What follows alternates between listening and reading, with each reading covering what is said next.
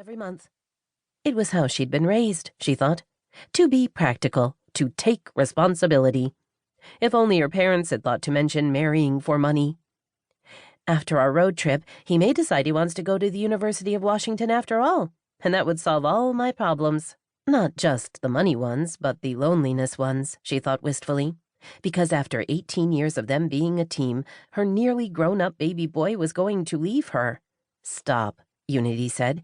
You're getting sad. I can see it. I hate that you know me so well. No, you don't. Ellen sighed. No, I don't.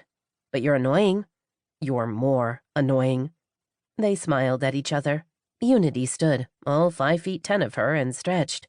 I have to get going.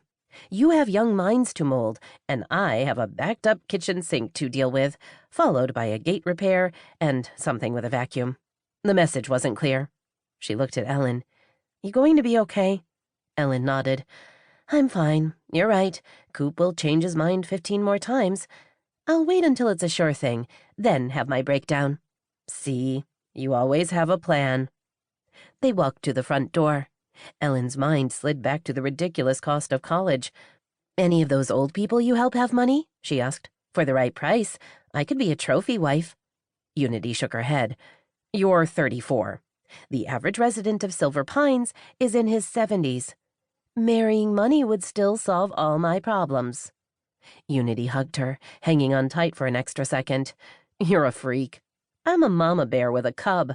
Your cub is 6'3". It's time to stop worrying. That will never happen. Which is why I love you. Talk later. Ellen smiled. Have a good one. Avoid spiders. Always. When Unity had driven away, Ellen returned to the kitchen where she quickly loaded the dishwasher, then packed her lunch. Cooper had left before 6. He was doing some end-of-school-year fitness challenge. Something about running, and Ellen wasn't sure what.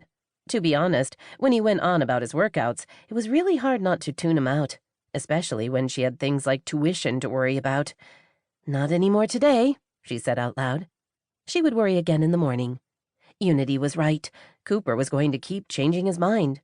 Their road trip to look at colleges was only a few weeks away. After that, they would narrow the list, and he would start to apply. Only then would she know the final number and have to figure out how to pay for it.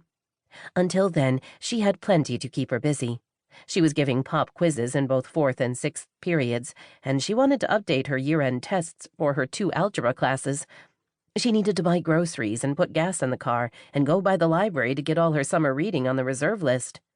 As she finished her morning routine and drove to the high school where she taught, Ellen thought about Cooper and the college issue. While she was afraid she couldn't afford the tuition, she had to admit it was a great problem to have.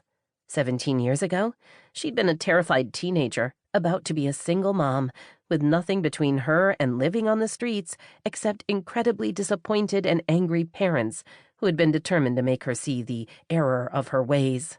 Through hard work and determination, she'd managed to pull herself together, raise Cooper, go to college, get a good job, buy a duplex, and save money for her kids' education. Yay, her! But it sure would have been a lot easier if she'd simply married someone with money. How is it possible to get a C- in Spanish? Coach Keith Kinney asked, not bothering to keep his voice down. Half the population in town speaks Spanish. Hell, your sister's husband is Hispanic. He glared at the strapping football player standing in front of him. Luca, you're an idiot. Luca hung his head. Yes, Coach. Don't yes, Coach me. You knew this was happening. You've known for weeks. And did you ask for help? Did you tell me? No, Coach.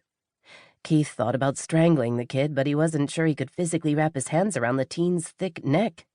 He swore silently, knowing they were where they were, and now he had to fix things, like he always did with his students. You know the rules, he pointed out. To play on any varsity team, you have to get a C+ or better in every class. Did you think the rules didn't apply to you? Luca, nearly 6'5" and 250 pounds, slumped even more. I thought I was doing okay. Really? So you'd been getting better grades on your tests? Not exactly. He raised his head, his expression miserable. I thought I could pull up my grade at the last minute. How did that plan work out? No bueno. Keith glared at him. You think...